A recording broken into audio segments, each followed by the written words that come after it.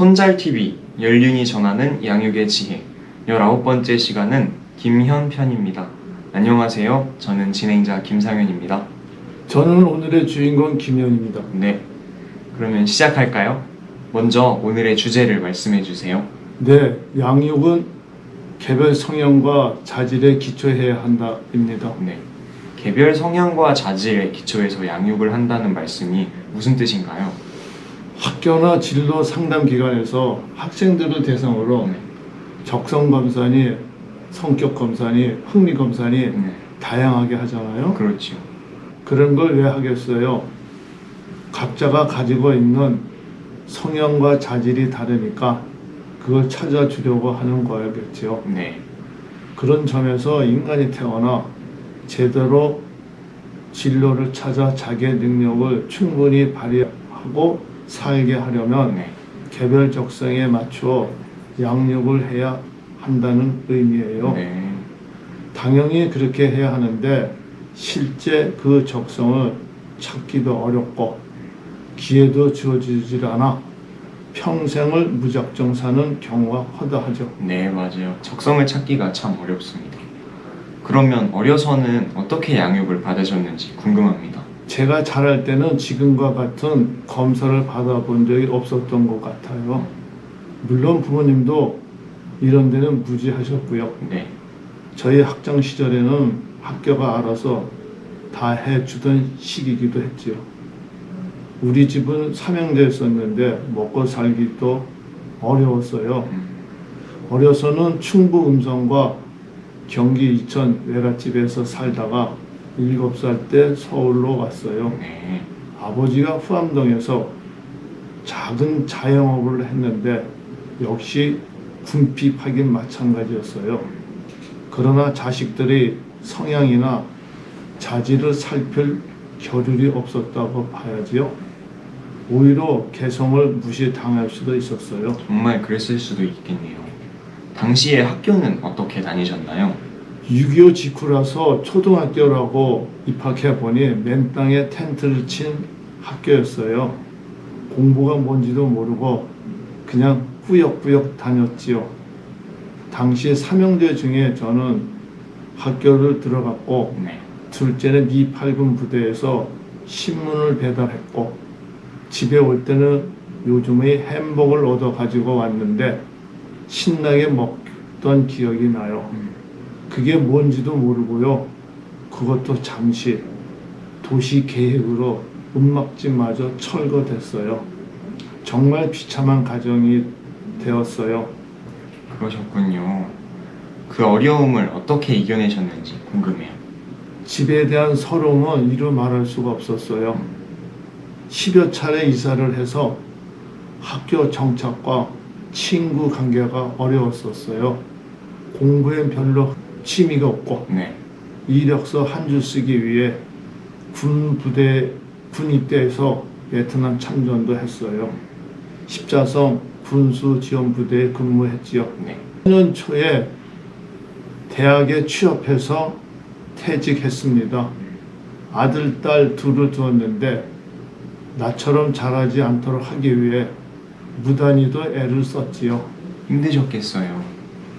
본인께서는 젊어서 일하셨던 직장이 적성에 맞는 곳이었나요? 저는 대학의 행정부서에서 학사관리 업무를 했지요. 그냥 적응하며 생업으로 28년을 지냈어요. 그러면서 시형 아파트 재건축 사업에 관여하게 되었는데 법적 소송 문제로 대책위원회 감사를 했지요. 그때는 부조리에 대한 정의감이 앞서 대법원까지 8년을 소송으로 세월을 보냈어요.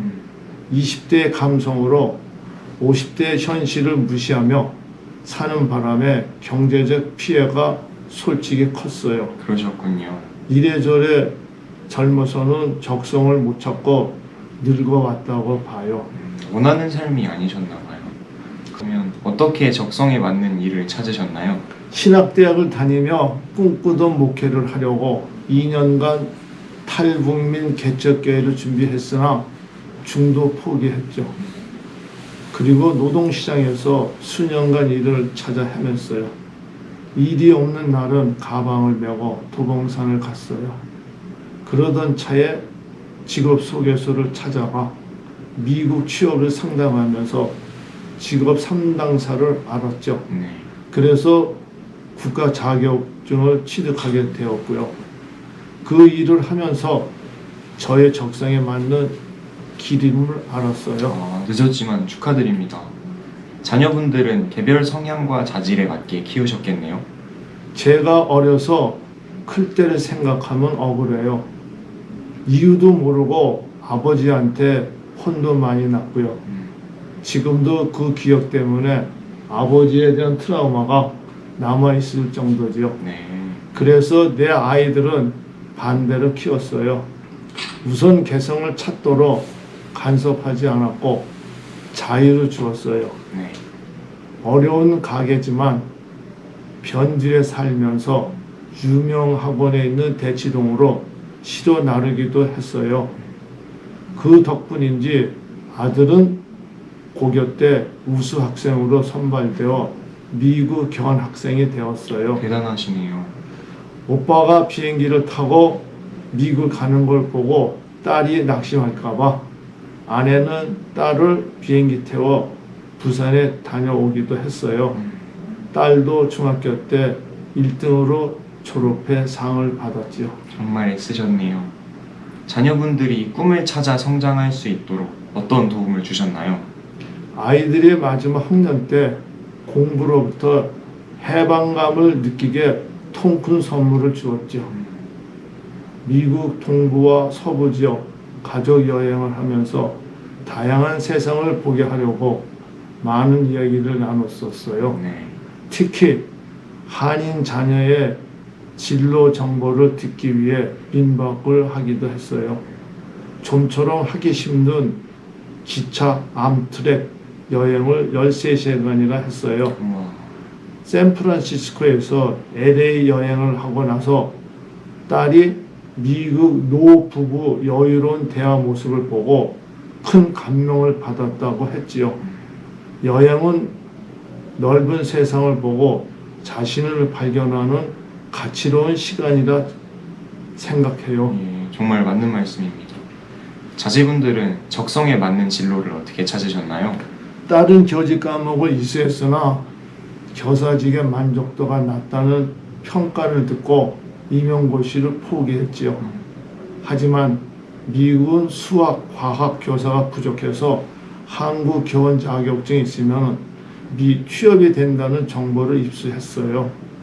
그렇지만 영어 능력이 부족해 우선 코이카 봉사 단원으로 영어권인 탄자니아에서 2년간 수학 교사를 했어요.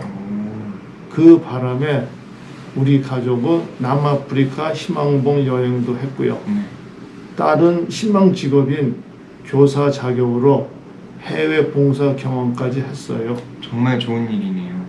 따님은 그 후에 어떤 일을 하고 계신가요? 교육부와 유네스코 국제2회 교육원이 진행하는 사업에도 참여해 미국 공립학교 인턴 교사가 됐어요.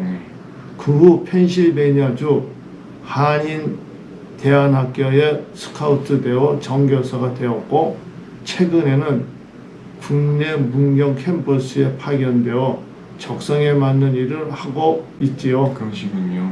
한편 아들은 처음부터 대학 법학 전공을 바탕으로 학사 장교를 제대한 후에 네.